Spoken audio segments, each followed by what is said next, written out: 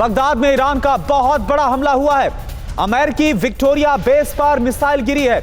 Missile गिरने के बाद भीषण आग लग गई। ये देखिए आप तस्वीर आपको हम दिखा रहे हैं बगदाद की, इराक की राजधानी बगदाद की तस्वीरें हैं। और यहां पर जो अमेरिका का विक्टोरिया बेस, और बहुत ज्यादा अगर मिडिल ईस्ट की बात करें, खाड़ी देशों की बात करें, विक्टोरिया बेस रणनीतिक तौर पर बहुत ज्यादा अहम है अमेरिका के लिए। और यहीं पर ईरान की तरफ से हमला किया गया है, मिसाइल से अटैक किया गया और मिसाइल गिरने के बाद भीषण आग लग गई।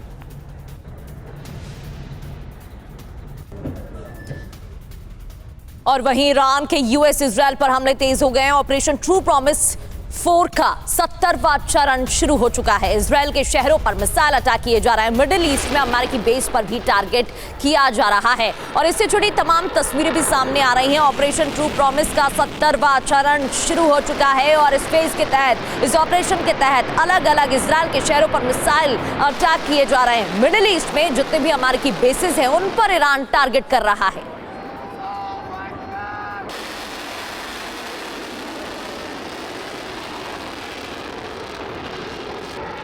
तो कई हमलों को इजराइल ने हवा में ही इंटरसेप्ट किया।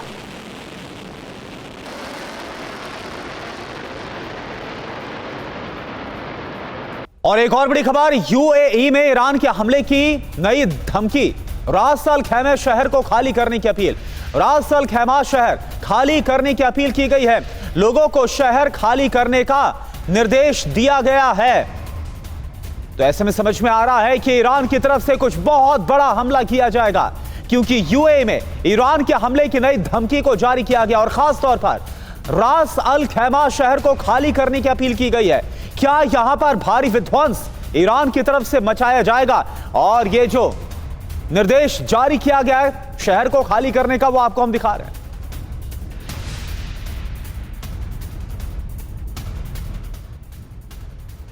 और इजराइल का ईरान पर ताबड़तोड़ हमला जारी है। इजराइल ने बैलिस्टिक मिसाइलों का इस्तेमाल किया है। ड्रोन अटैक जारी है। सेंट्रल इजराइल में एयर रेड अलर्ट भी जारी।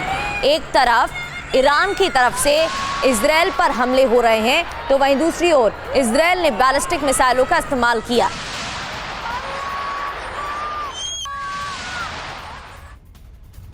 और एक और बड़ी खबर, ईरान ने किया है मल्टी वॉरहेड मिसाइल से हमला। ईरान की मिसाइल जमीन में धंस गई और हमले की जगह पर दहशत में लोग आ गए। ये देखिए आप, इजराइल के कब्जे वाले इलाके पर यह हमला किया गया। जमीन में धंसी हुई आपको ईरान की मिसाइल नजर आ रही है। आसपास जो लोग हैं वो आप देख पा रहे किस तरह से इसके बाद पैनिक में आ गए, दहशत में आ गए। और जिस जगह पर जाकर यह मिसाइल धंसी है, आप देखिए धमाका नहीं हुआ, सीधे जाकर यह मिसाइल जमीन में जाकर धंस गई।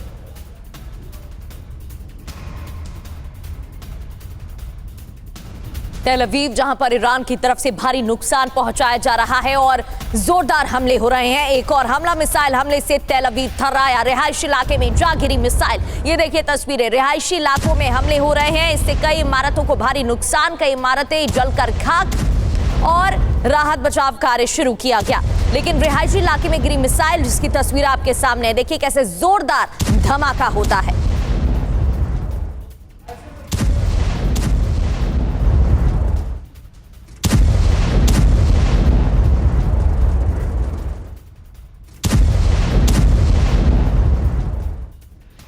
और देखिए एक और बड़ी खबर, इजराइल की राजधानी, आपको बता दें कि जो तेल अवीव है, जिसे आर्थिक राजधानी के तौर पर जाना जाता है, यहां पर ईरान की तरफ से जोरदार हमला किया गया। 20 सेकंड का हैरत अंगेज ये सीसीटीवी वीडियो आप देखिए। 20 सेकंड में तेल अवीव पर 18 मिसाइल से हमले हुए। तो ये देखिए 20 सेकंड में कैसे तेल अवीव को 18 मिसाइल हमलों से दहला दिया। ईरान के हमले से दहल गया तेल अवीव। तस्वीरें आपके सामने।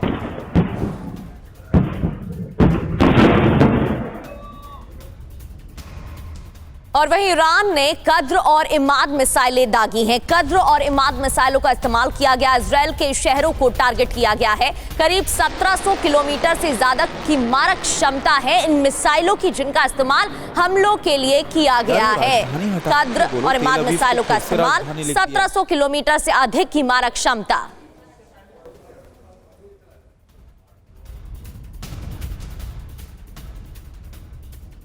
और एक और बड़ी खबर, ईरान युद्ध के बीच अमेरिका का बहुत बड़ा ऐलान। ईरान के 5 टॉप कमांडर्स पर इनाम घोषित किया गया। 5 ईरानी टॉप कमांडर्स पर $10 लाख का इनाम घोषित किया गया है और जानकारी देने वाले को $10 लाख इनाम देगा अमेरिका, यह कहा गया। और यह देखिए, बाकायदा तस्वीरों के साथ जो इनाम है वो घोषित किया गया। Reward up to $10 million for information on IRGC की लीडर्स।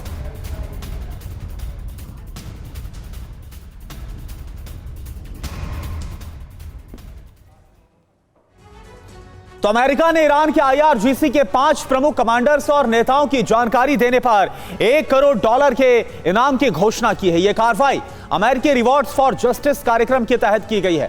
तो 5 ईरानी कमांडर्स पर $1 करोड़ का इनाम। आप जानिए एक एक करके नाम। अहमद वाहिदी IRGC के कमांडर इन चीफ, इसके अलावा अली अब्दुल्लाही जो कि KCHQ के चीफ है। और आपको बता दें इस लिस्ट में कई नाम शामिल हैं। सईद अगजानी IRGC एरोस्पेस फोर्स के ड्रोन कमांडर हैं ये। हामिद रेजा लश्कीरियन IRGC साइबर इलेक्ट्रॉनिक कमांड के चीफ हैं। माजिद खादेमी का भी नाम शामिल है जो कि IRGC इंटेलिजेंस ऑफिस के कमांडर हैं। अब अमेरिका ने कहा क्या है, इनाम पाने के 5 और मौके हैं। आप पता बताएं, हम आपको इनाम देंगे। पता बताने वाले की सुरक्षा की पूरी गारंटी भी जो अमेरिका है वो लेगा, वो अमेरिका की तरफ से कहा गया। तो वहीं ईरान ने अमेरिका इजराइल को खुली धमकी भी दे दी है। ईरान ने क्या कहा है ये देखिए, इजरायली अमेरिकी अधिकारियों पर हमले होंगे, छुट्टी पर हो या फिर काम पर, जहां दिख जाओगे मार देंगे।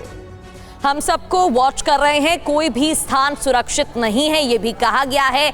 अबुल फजल शेकरची प्रवक्ता ईरानी सेना के हैं, इनकी तरफ से यह बात कही गई है। ईरान ने ब्रिटेन से क्या कहा है यह भी समझ लेते हैं। ईरान के खिलाफ हमलों के लिए ब्रिटिश सैन्य बेस नहीं दे, सैन्य बेस देने पर ब्रिटेन भी जंग में शामिल माना जाएगा।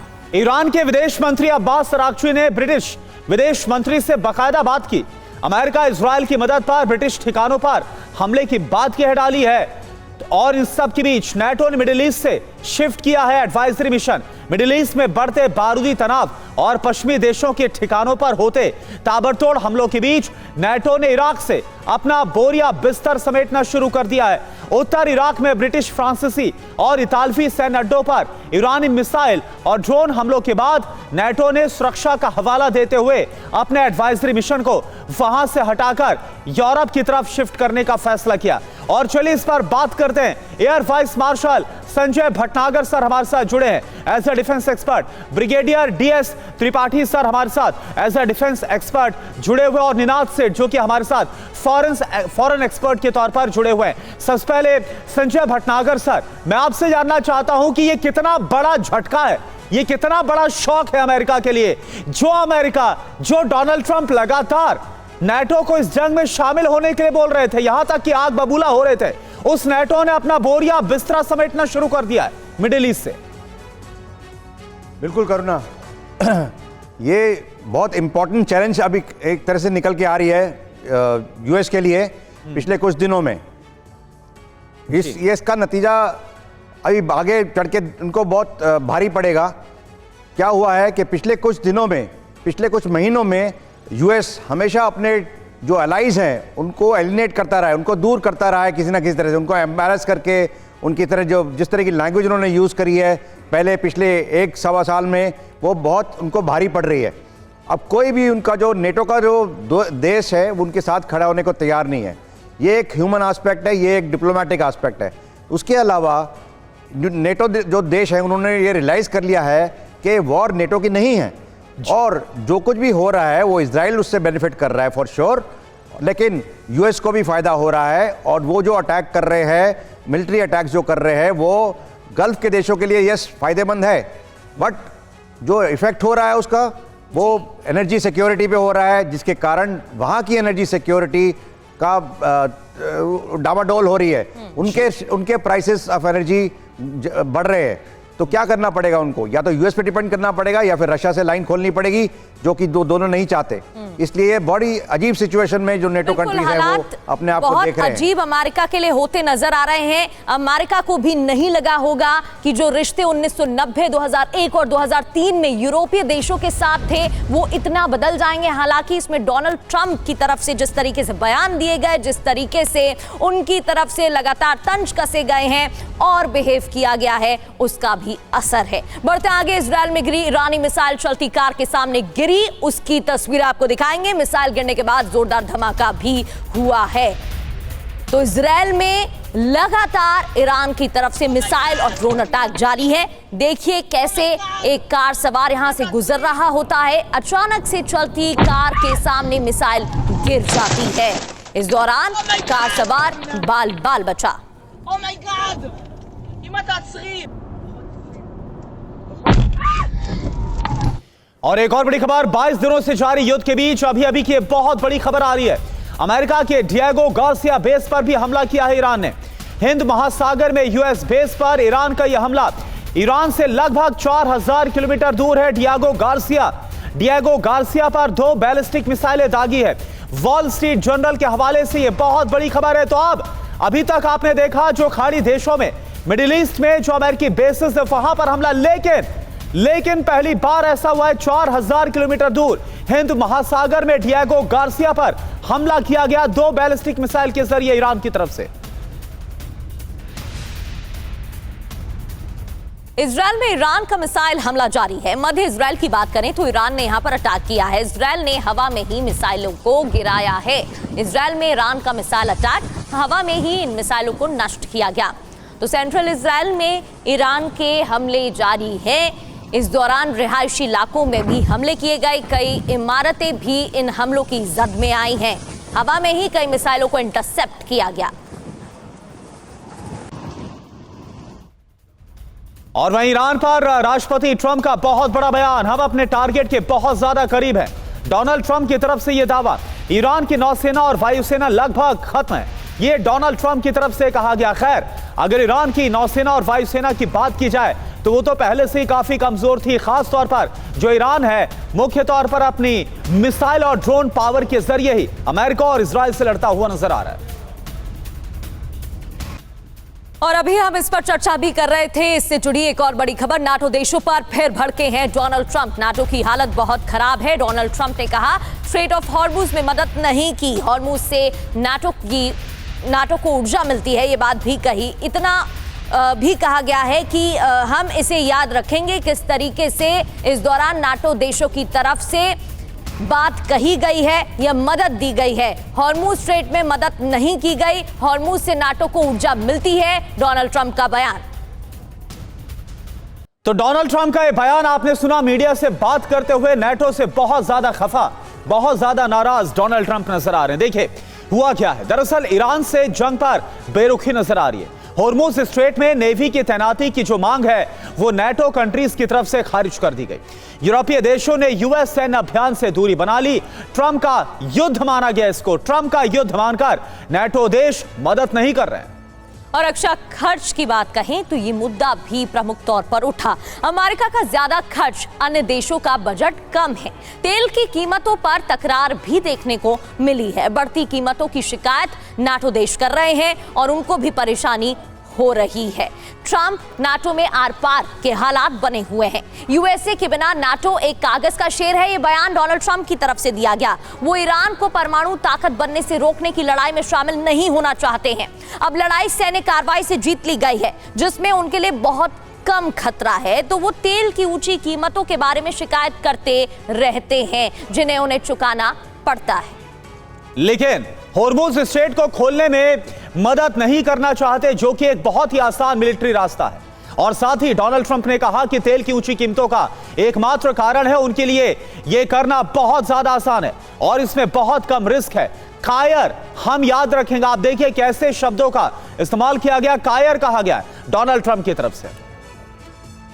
और एक और बड़ी खबर, जर्मन चांसलर मर्ज का बड़ा बयान सामने आया है। राष्ट्रपति डोनाल्ड ट्रंप से फिलहाल संबंध ठीक नहीं है, ये जर्मन चांसलर मर्ज की तरफ से कहा गया और बताया गया कि अमेरिकी राष्ट्रपति डोनाल्ड ट्रंप के साथ फिलहाल रिश्ते संबंध ठीक नहीं।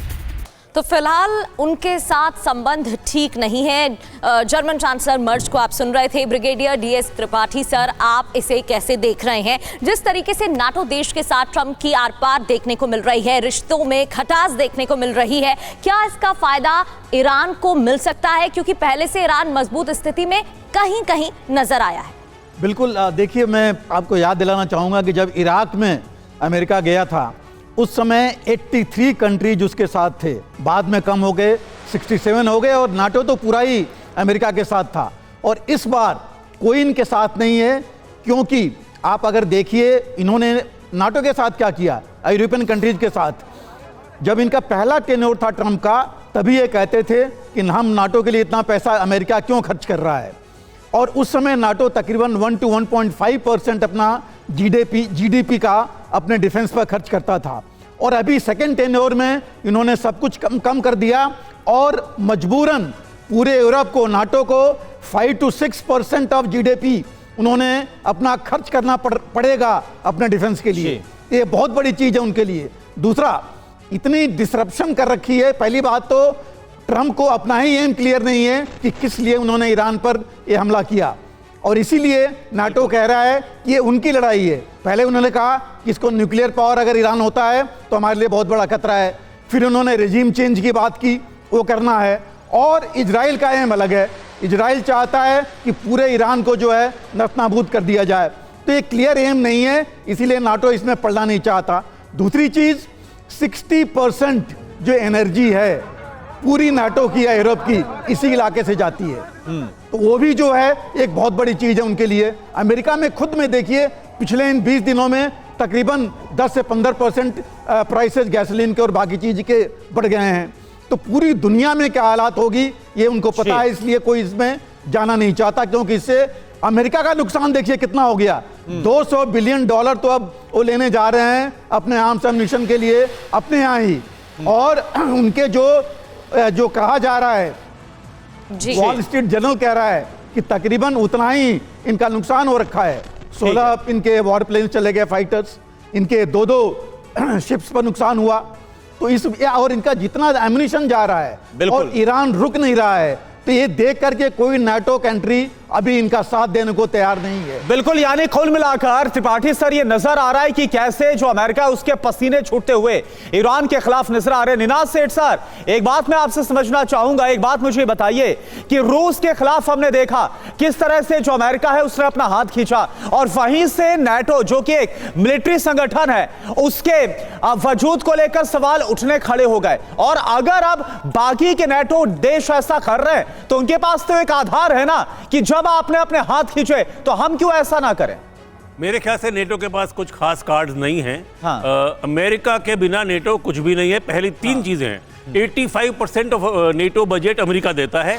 77% ऑफ ट्रूप्स जो होते हैं, जो आर्मी, जो फौजी होते हैं, वो अमेरिकन फौज के लोग हैं। अमेरिका की इकोनॉमी पिछले साल 3% ग्रो करी थी। यूरोप की इकोनॉमी 0.06% ग्रो करी थी। बिना अमेरिकन सपोर्ट के रशिया से यूरोप नहीं लड़ सकता। ये सब गीदड़ भपकियां हैं। अमेरिका के बिना नेटो कुछ भी नहीं है। और ये भी याद रखिए कि अभी तो इंग्लैंड का रुख साफ नहीं है, ब्रिटेन का रुख साफ नहीं है। और दूसरी बहुत बड़ी चीज़, इतनी अमीर हो गई है यूरोप, अगर आप यूरोप में रिटायर होते तो आपको बहुत सारे बेनिफिट मिलते। वो ये सब इसलिए अफोर्ड कर सकते थे कि वो अपने डिफेंस पे खर्चा नहीं करते थे। अगर वो करेंगे तो ऑलरेडी दबी हुई इकोनॉमी और दब जाएगी। मेरे को लगता है कि ट्रंप बिल्कुल ठीक कह रहे हैं, नेटो पे अमेरिका का दबदबा जारी रहेगा।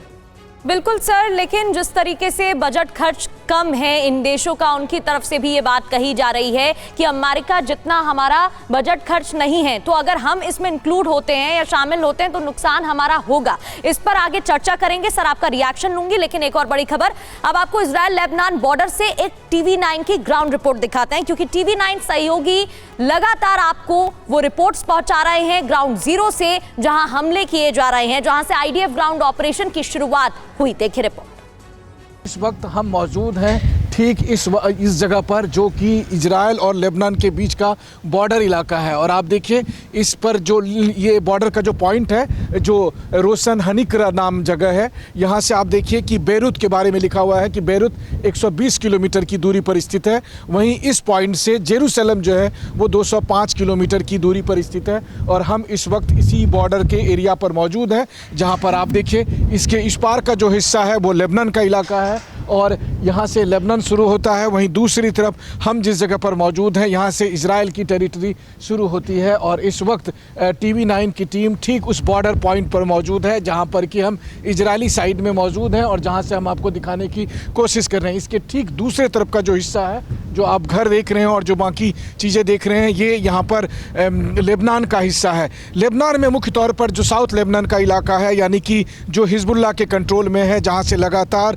इजराइल पर 7 अक्टूबर के हमले के बाद से ही हमले किए जाते थे, जिसका परिणाम हुआ कि IDF ने वहाँ पर न केवल एयर स्ट्राइक की, बल्कि वहाँ पर अभी भी ग्राउंड ऑपरेशन चल रहा है और लगातार बेरूत के अलग अलग इलाकों पर एयर स्ट्राइक के जरिए हिजबुल्लाह के कमांडर, हिजबुल्लाह के मिसाइल सेंटर या फिर हिजबुल्लाह के जो और डिफेंस के जो एसेट्स हैं उन सबको ख़त्म करने की कोशिश की जा रही है। वहीं दूसरी तरफ इजराइल पर भी हिजबुल्लाह की तरफ से अटैक हो रहा है और सबसे बड़ी बात यह है कि लगभग 2.5 साल से अधिक समय से हिजबुल्लाह पर लगातार स्ट्राइक के बावजूद आज भी हिजबुल्लाह इस कदर पावरफुल है कि वो नॉर्थ इजराइल के बहुत से इलाके में, चाहे वो हाइफा हो, गलीली हो, किरियात सिमोना हो, मेतुला हो, इन सब इलाकों में, या नहारिया हो, इन सब इलाकों में वो अटैक करने की स्थिति पर होता है। तो आप देखिए लेबनान बॉर्डर से हमारे संवाददाता मनीष झा की आप रिपोर्ट देख रहे थे कि वहां पर इस वक्त मौजूदा हालात क्या है। और वहीं कुवैत में ईरान का बहुत बड़ा मिसाइल से हमला हुआ और इसके बाद आग लग गई। अमेरिकी बेस को निशाना बनाकर इस हमले को अंजाम दिया गया। ये देखिए आप, जहां पर हमला हुआ वहां पर आप देखिए जो आग का गोला है वो आपको नजर आएगा और यह अमेरिकी बेस है। अमेरिकी बेस को निशाना बनाकर यह हमला किया गया। वहीं इजराइल पर ईरान के हमले जारी हैं। विध्वंसक तस्वीरें सामने आई हैं। इजराइल में बिल्डिंग पर ईरानी मिसाइल जा गिरी। ईरानी मिसाइल को इंटरसेप्ट करने में IDF नाकाम, क्योंकि दर्जनों मिसाइल एक साथ दागी जा रही हैं। तो ऐसे में कई मिसाइलों को इंटरसेप्ट करने में IDF नाकाम। हमले के बाद इजराइल में जोरदार धमाका हुआ। और देखिए एक और बड़ी खबर है, बगदाद में ईरान के हमले का नया वीडियो आपको दिखाते हैं। इराक की राजधानी बगदाद में अमेरिकी बेस में भीषण आग लग गई। ये देखिए आप, ये विक्टोरिया बेस है, अमेरिका का बहुत ही ज्यादा स्ट्रेटेजिकली इंपॉर्टेंट है ये। और यहां पर आप देखिए अमेरिका ने सबसे बड़ी नाकामी आप अमेरिका की ये समझिए कि अमेरिका जो अपनी धौंस दिखा रहा है वो इस हमले को रोक नहीं पाया। विक्टोरिया बेस पर हमला किया गया, लेकिन ये जो हमला करने में ईरान कामयाब साबित हुआ है और बड़ा नुकसान पहुंचा है, जैसा कि तस्वीरें बता रही है।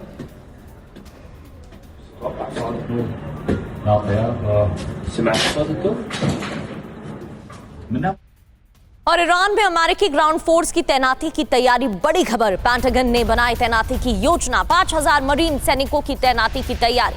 अमेरिकी राष्ट्रपति डोनाल्ड ट्रंप का बयान भी सामने आया था कि करीब करीब खात्मे पर है ईरान की सेना और नेवी। लगातार नुकसान पहुंचाया जा रहा है और 5000 मरीन सैनिकों की तैनाती की तैयारी अमेरिका की तरफ से, बड़ी खबर।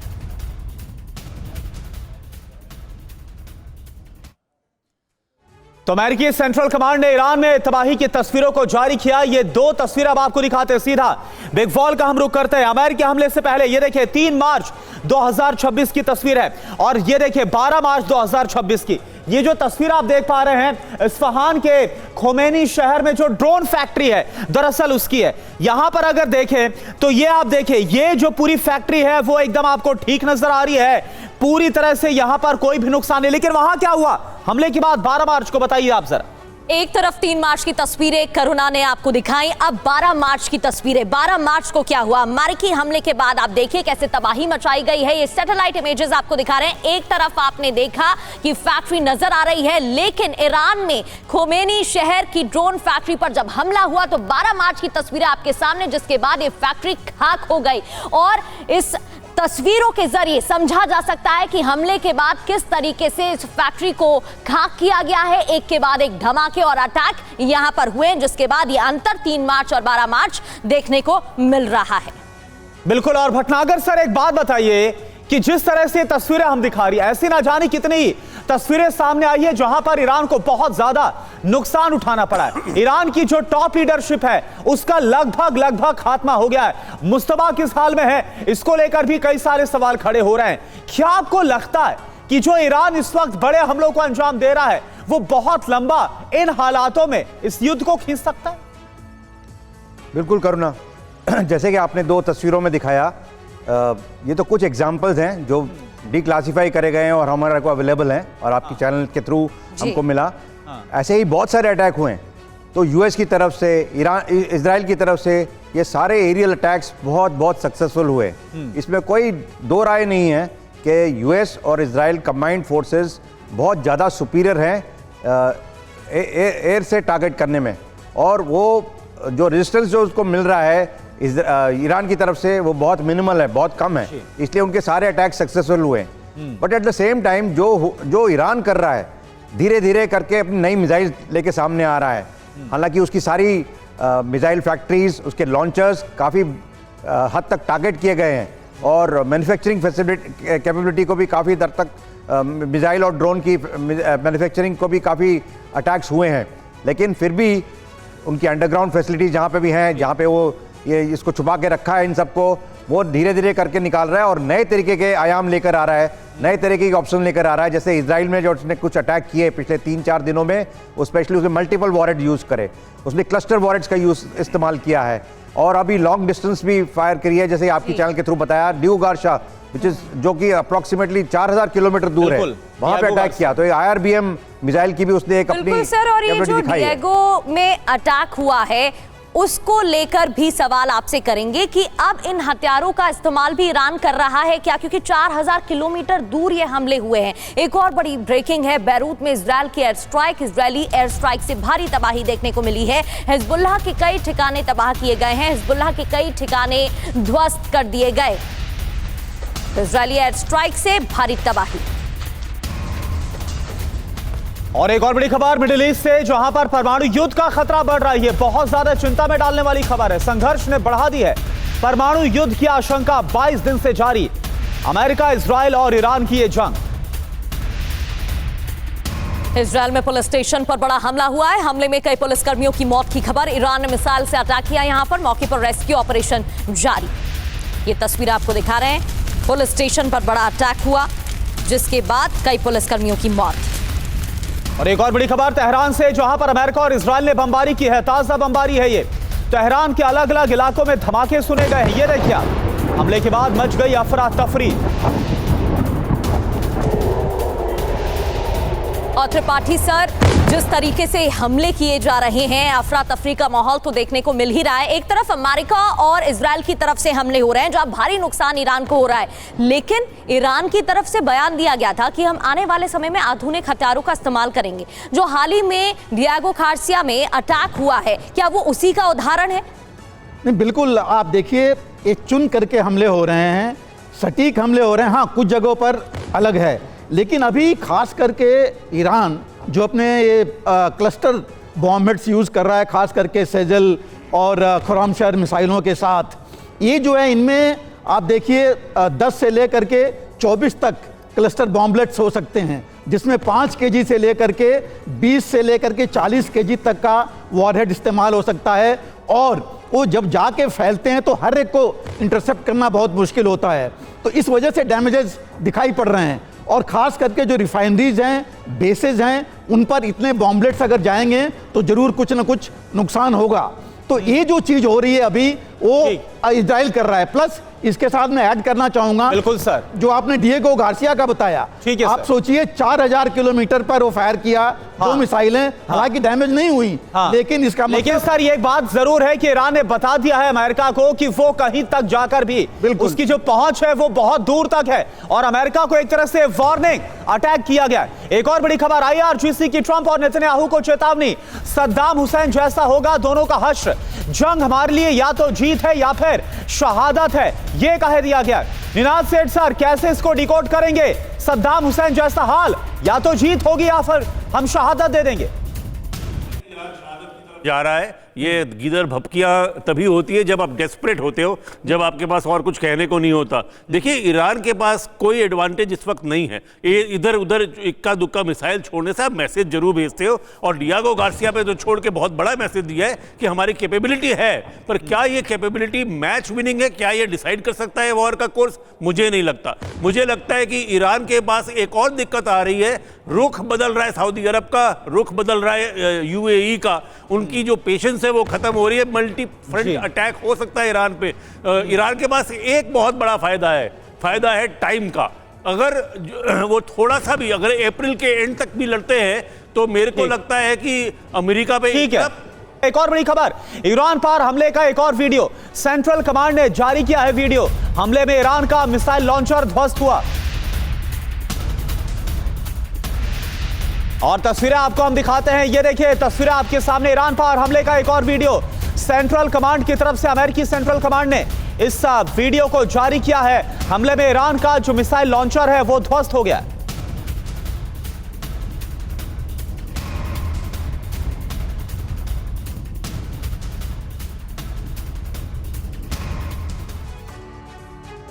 तो ईरान के हमलों की 70वीं लहर की शुरुआत और किस तरीके से हमले हो रहे हैं वो तस्वीरें हमने आपको दिखाई। इजराइल यूएस की तरफ से भी ऑपरेशन जारी है। हमारे साथ खास मेहमान जुड़े, आप सभी का बहुत बहुत शुक्रिया।